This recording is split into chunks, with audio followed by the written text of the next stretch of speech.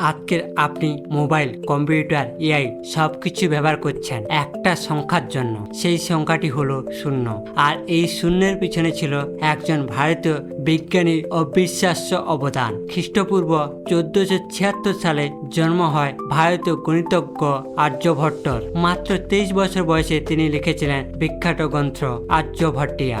এই বইয়ের এমন সব গণিত, জ্যোতিষবিজ্ঞানের সূত্র ছিল যা সেই সময় পৃথিবীর বহু দেশ জানতই না। আর্যভট্ট বলেছিলেন পৃথিবী গোল, পৃথিবী নিজের অক্ষের উপর ঘোরে, সূর্যগ্রহণ, চন্দ্রগ্রহণের বৈজ্ঞানিক কারণ আছে। এবার আসি শূন্যতে।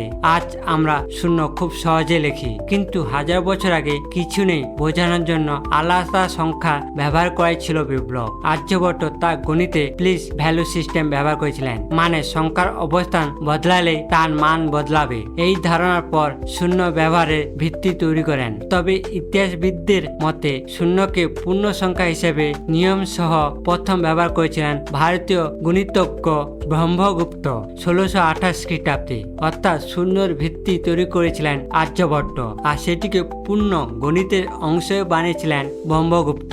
ভাবুন তো, আজকে কম্পিউটার, মোবাইল, এআই সবকিছু চলছে শুধু দুটি সংখ্যার উপর, শূন্য আর ওয়ান। আর সেই শূন্যর ইতিহাস শুরু হয়েছিল প্রাচীন ভারতে। এমন আরো অজানা ভারতীয় ইতিহাস জানতে এখনই ফলো করুন।